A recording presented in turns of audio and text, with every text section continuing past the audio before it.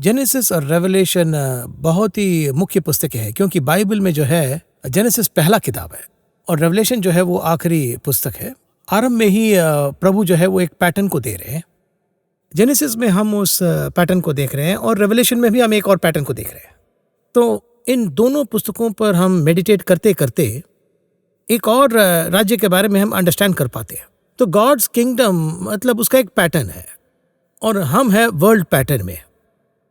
God's pattern, world's pattern, final destiny वहां पर है। तो एक रिच यंग रूलर वो क्राइस्ट को देखकर एक सवाल पूछते हैं कि मुझे इटर्नल लाइफ के लिए क्या करना है, मुझे वहां जाने के लिए यहाँ क्या करना है, ये सवाल पूछते हैं। इस सवाल को हम कैसे समझें कि वहां जाने के लिए मुझे यहाँ क्या करना है, जरा एक्सप्लेन कीजिए।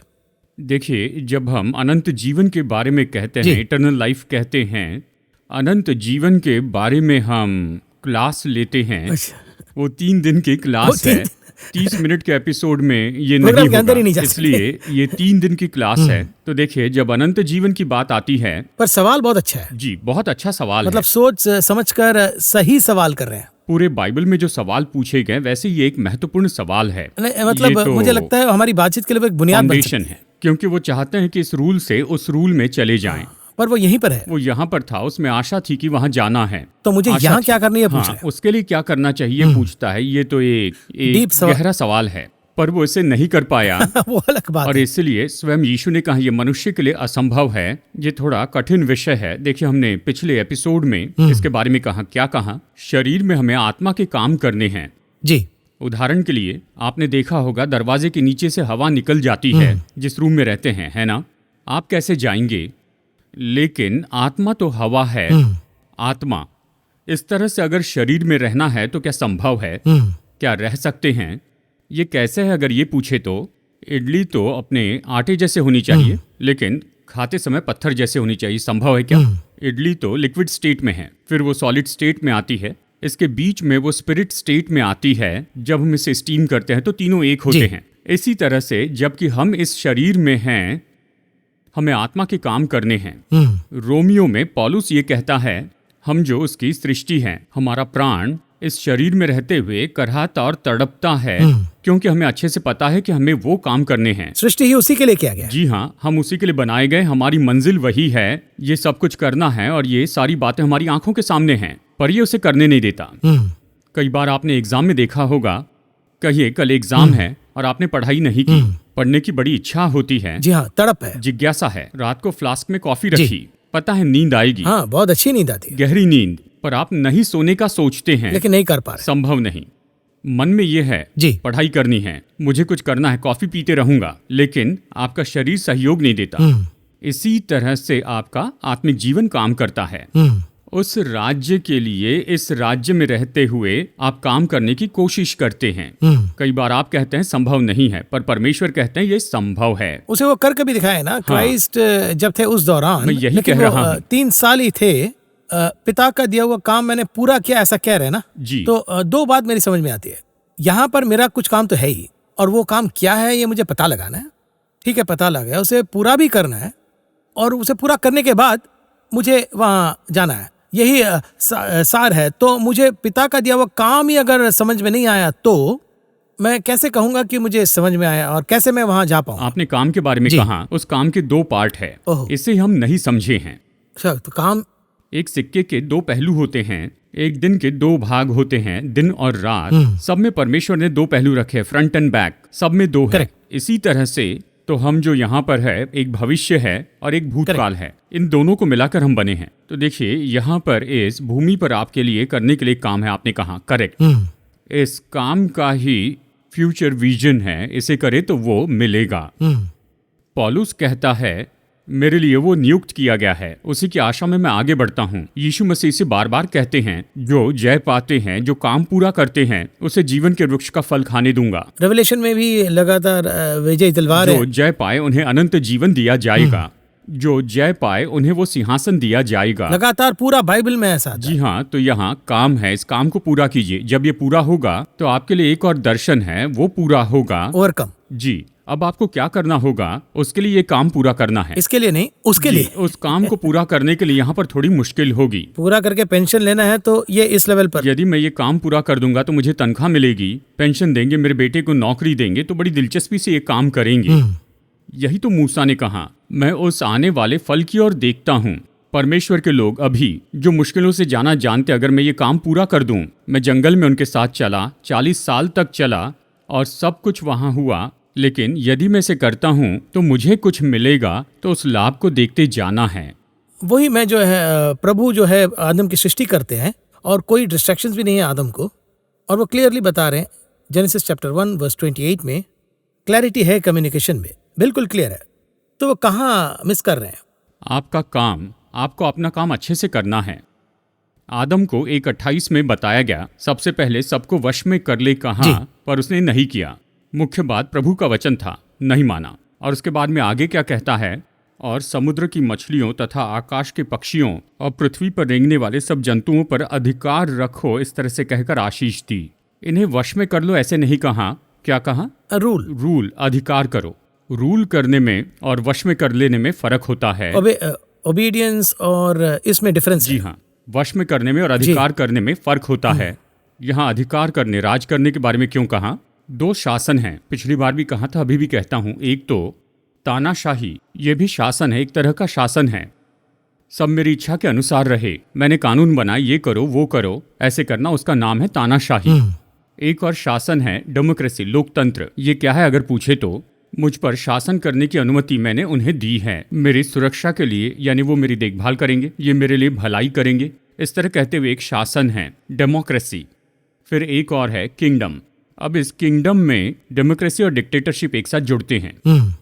उदाहरण के लिए, राजा ने कानून बनाया, किस लिए बनाया? ताकि प्रजा की भलाई हो, इसलिए जो लोगों के लिए भला है। अगर राजा गलत भी हुआ, मैं हमेशा कहता हूँ बाइबल में शाऊल राजा है, हमें उसे विलन के रूप में दिखाया गया है। दाऊद के आने के बाद शाऊल को कैसे दिखाया? विलन के जैसे दिखाया। शाऊल में अच्छे गुण तो बहुत से थे, उनमें से गुण क्या था? वो दाऊद को ढूंढ रहा था। वो यहाँ पर है, ऐसे कहे तो वो उसे मार देना चाहता था, बदला लेना चाहता था। जाते समय उसे एक खबर मिली, पलिश्ती हमारे देश की ओर आ रहे हैं। तो उस समय उसने क्या किया? उसने दाऊद को खोजना छोड़ दिया। वो छोड़कर पलिश्तियों से लड़ने जाता है। सोच कर देखिए, वो दाऊद पर इतना क्रोधित था, लेकिन देश पर जब समस्या आई तो अपने आप वो कहां पर मुड़ा? देश ही मुख्य। खुद की समस्या को वहीं पर रोक दिया। ठीक है, बाद में देख लेंगे, ये देश की बात है। इस तरह से उसके अंदर अच्छे गुण थे ना, एक अच्छी क्वालिटी है, अच्छी क्वालिटी है ना। तो जो रूल बनाते हैं कि लोगों को कुछ न हो, पलिश्ती आकर देश को हथिया न ले तो प्रजा मुश्किल में होगी, मेरा राज्य जाएगा, तो वॉट एवर इट इज, वो वहां से मुड़ जाता है। इसी तरह से आपको जो काम दिया गया है, आप उसे करते हैं लोगों की भलाई के लिए, तो ये किंगडम है। तो इस तरह का राज्य किसे दिया गया था? ये तो आदम को दिया गया था। इसी तरह से ये भूमि तुम्हें दी गई है, इस पर राज करो। इसका अर्थ डिक्टेटरशिप नहीं है, देखभाल करो, इसे अपने कंट्रोल में लाओ, प्रोटेक्ट करो। इसकी देखभाल करने की जिम्मेदारी तुम्हारी है, इस तरह कहा। अब देखिए, आज केवल परिवार ही नहीं, या बाहर का काम या परिवार जो कौन से विषय को मिस करता है? अधिकार करने को।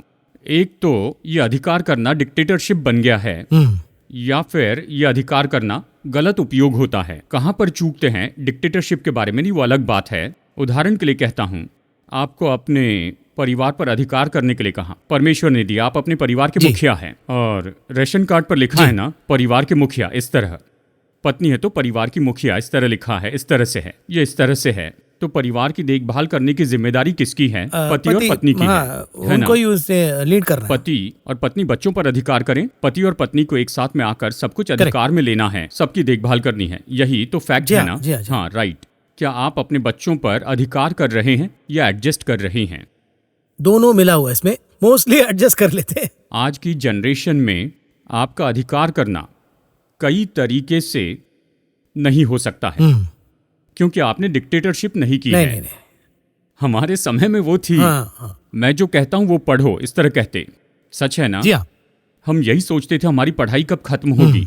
पिछले एपिसोड में हमने देखा, यानी 80% हमारी इच्छा नहीं होती थी, 20% वो सुनते, वो पूछते क्या तुम ये पढ़ना चाहोगे, इतना ही, बस यही।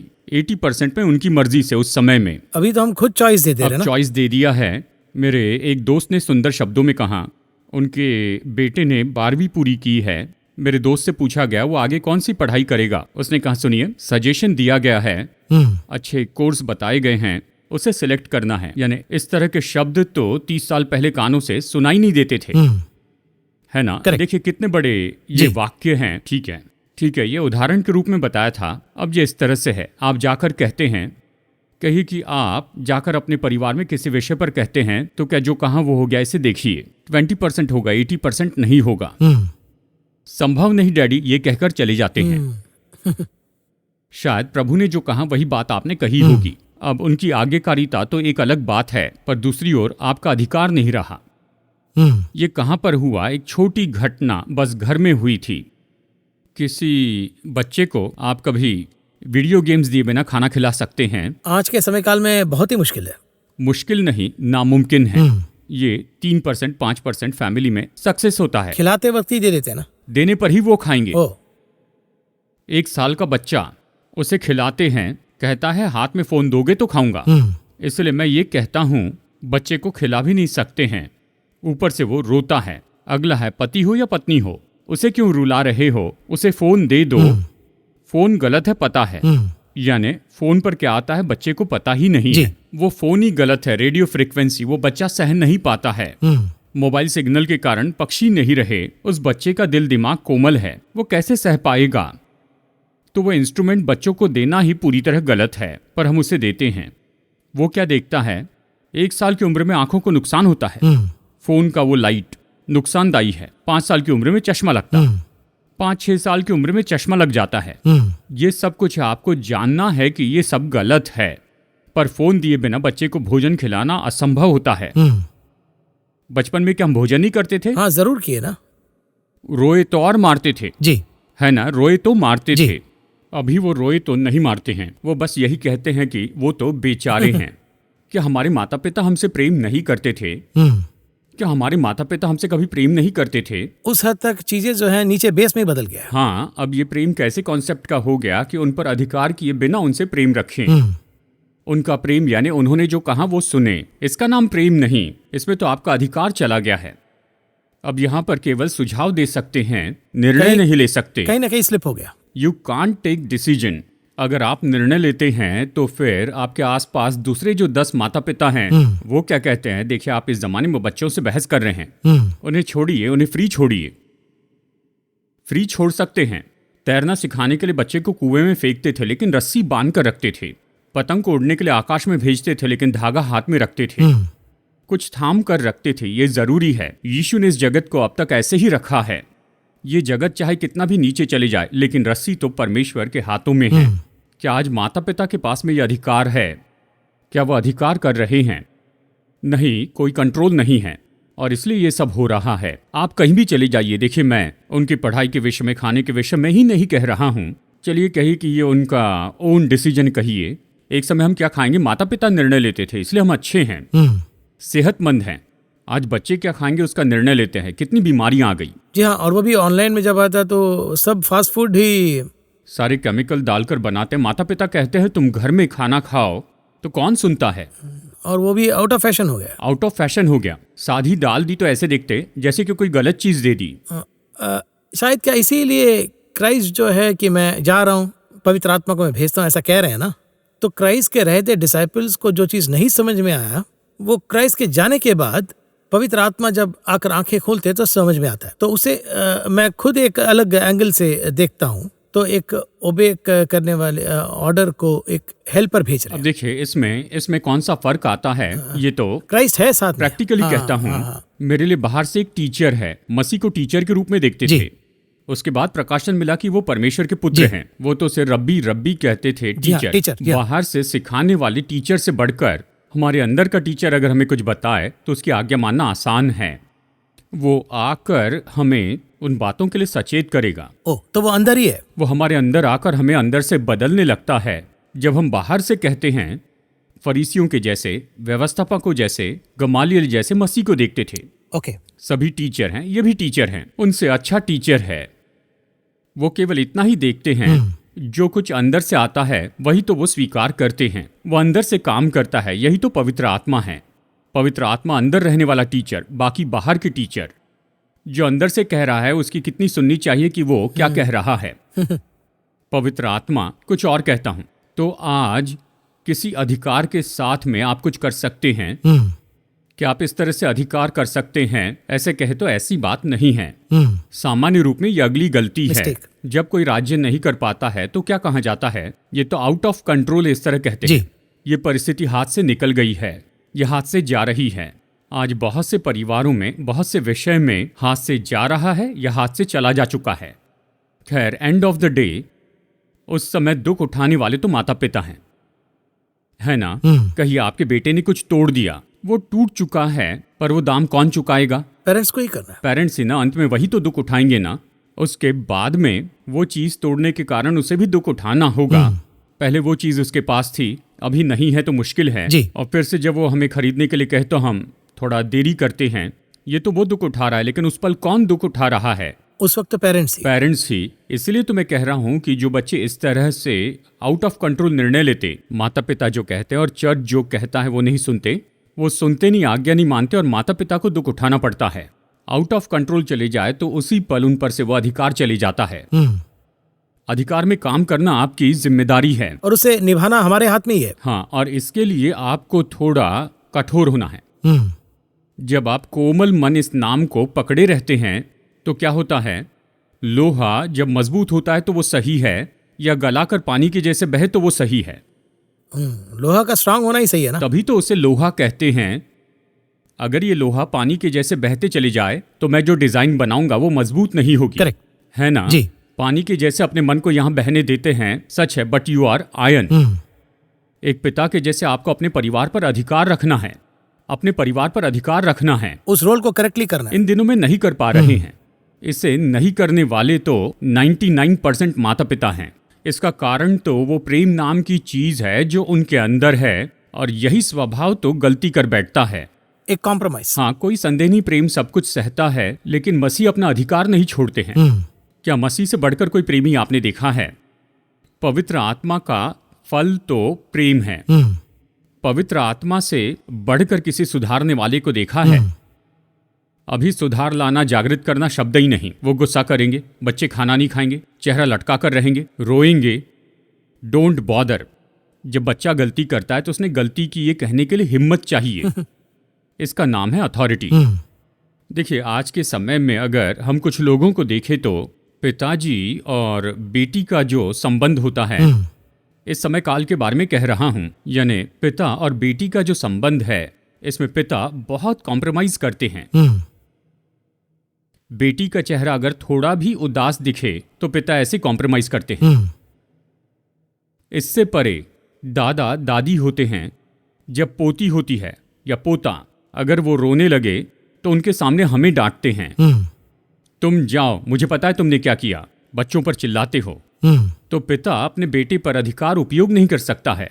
देखिए, दादा दादी ने अपने समय में सही काम किया था। थप्पड़ मारी, पीटा, झाड़ू से मारा होगा, चप्पल से मारा होगा, चम्मच से मारा होगा। आज पोता पोती को डांटे तो आकर बैठ जाते हैं। तो वहां पर मिस हो रहा है, बेसिक जो है मिस हो रहा है। जी, वो अधिकार परिवार को छोड़कर जा रहा है। You must rule your family.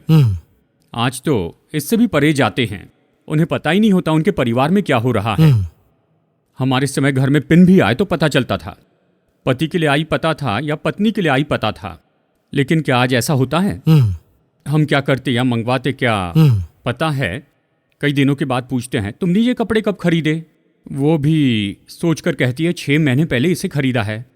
इससे भी आगे पूछे तो वो कहेगी, क्या मैंने तुम्हें बताया नहीं था?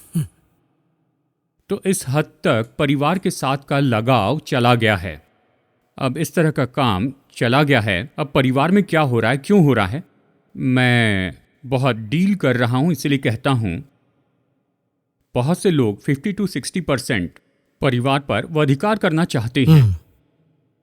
कई जगह पर पति के पास अधिकार नहीं, पिता के पास अधिकार नहीं, माँ के पास अधिकार नहीं, लेकिन ये अधिकार मुझे छोड़कर चला गया। अगर इस तरह से देखे तो परिवार नहीं है। इसी तरह से बिना मुकुट के राजा जैसे बहुत से माता पिता बैठे हैं। कॉम्प्रोमाइज सिचुएशन में ही चल रहा है, वो बैठे हुए हैं। You can't.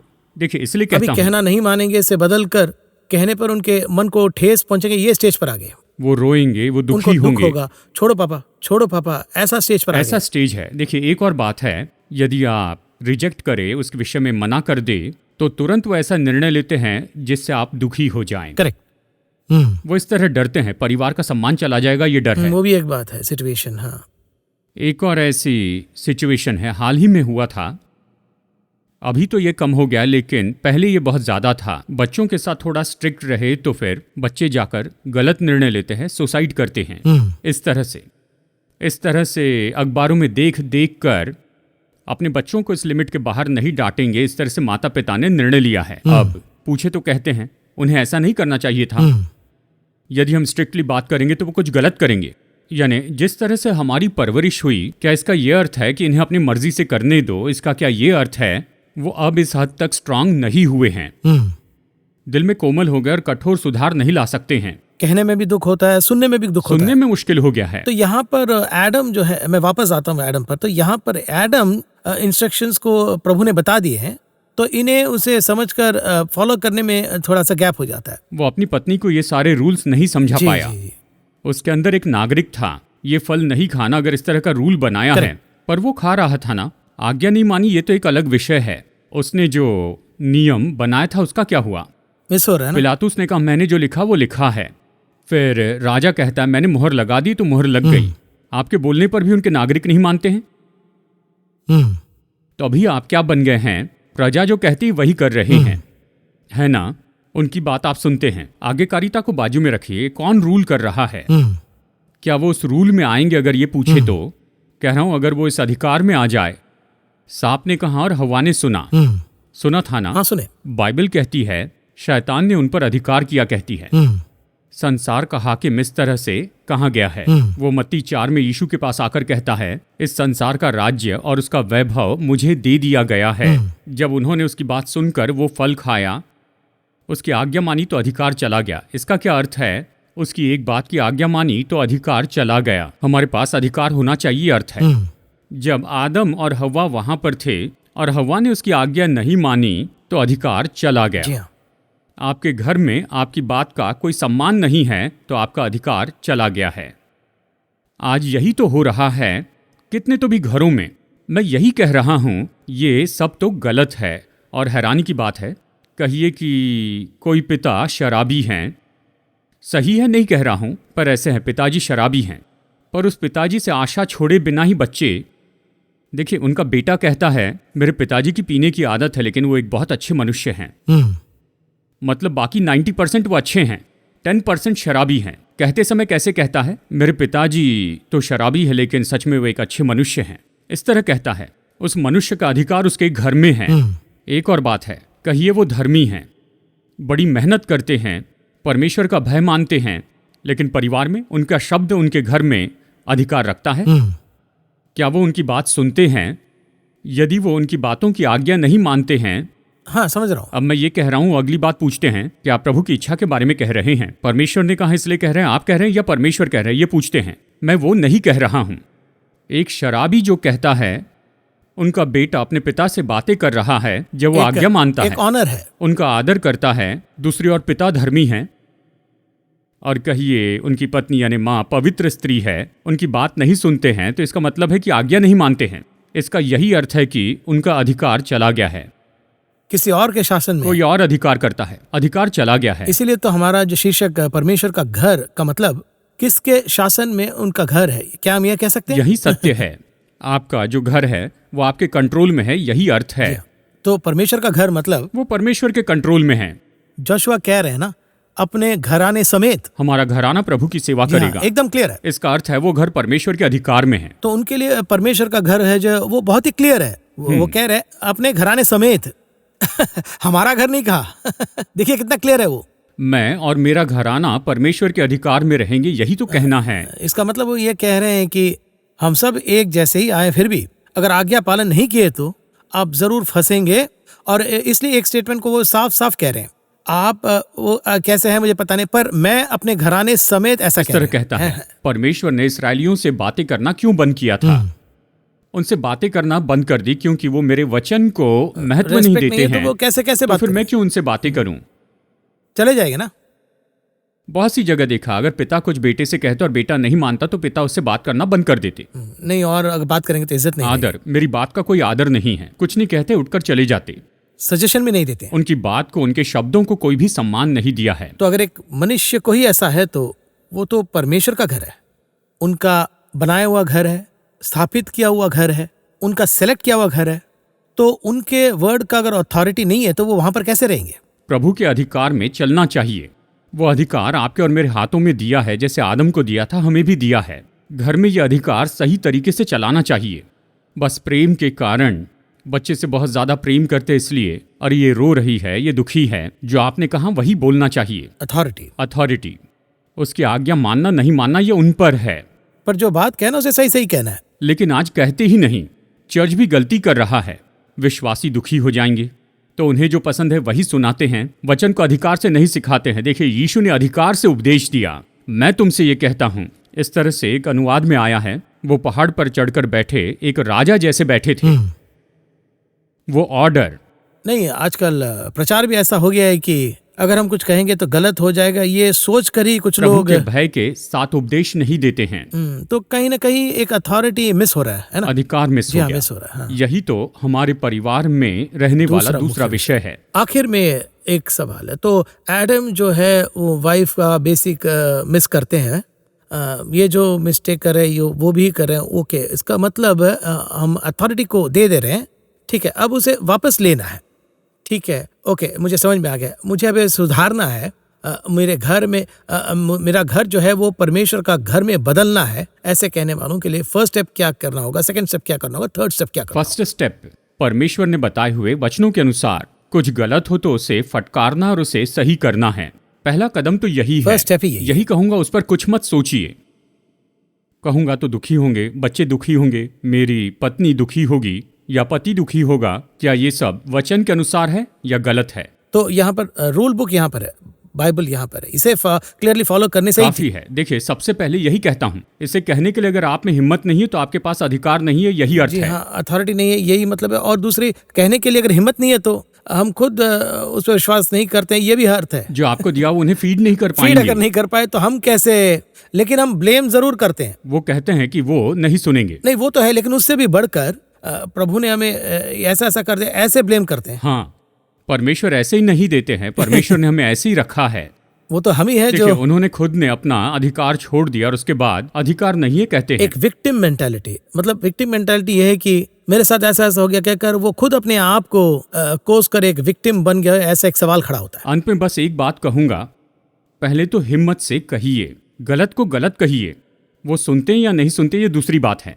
वो नहीं सुनेंगे, बोल कर क्यों बुरे बने, बोल कर क्यों बुरे हो, ये ऐसे नहीं है। वो नहीं सुनेंगे तो परमेश्वर उनका न्याय करेंगे। आप बोलेंगे नहीं तो आपसे पूछेंगे क्यों नहीं बोला। तो आप अपना अधिकार पूरा कीजिए, आपका पार्ट, अपनी भूमिका सही तरह से कीजिए, बाकी प्रभु देखेंगे। धन्यवाद ब्रदर जगन। इस एक वचन में इतना हमने 4 भाग देखे, जी हाँ, है ना। अब इस 4 भाग को अगर रिकैप करेंगे तो बहुत ही इंटरेस्टिंग है ना। 1 ही मिनट बचा है। अब ये आखिरी चौथा हफ्ता है इस वचन का, इस पर्टिकुलर वचन का, आदम के परिवार, आदम फैमिली में। तो ये पहले परिवार को अगर एक रिकैप के रूप में अगर आप समझाएंगे तो कैसे बताएंगे, ये जरा बताइए। परमेश्वर ने दिया पहला भाग और उन्होंने क्या किया, अगर हम इसे देखें तो उन्हें उसने वाटिका में लाया और उसने कहा इसमें काम कर और इसकी रक्षा कर। काम करे, रखवाली कर, काम कर और इसकी रक्षा कर। दूसरी बात, यू मस्ट ओबे यानी आज्ञाकारी होना है। तीसरी बात है यू मस्ट रूल यानी अधिकार कर। यदि ये चारों हैं तो आपका परिवार सक्सेसफुल फैमिली होगा। चारों को मिस करने वाला आदम का परिवार। तो इन चारों को सक्सेसफुली होने के लिए भी जेनेसिस में एक वचन है। इसे हमने ठीक से नहीं किया तो क्या होगा, ये भी है। इस पर ध्यान करने पर बहुत सी बातें, अब ये 4 हफ्ता कैसे गया पता नहीं चला, बहुत फास्ट निकल गया। 4 हफ्तों में 4 टेकअवे है, लेकिन वो 4 टेकअवे ही परमेश्वर के घर का अस्तित्व है, ये समझ में आया। अगले कार्यक्रम में एक डिफरेंट एंगल में हम फिर से मिलेंगे। इस कार्यक्रम में आने के लिए बहुत बहुत धन्यवाद। नमस्कार। धन्यवाद।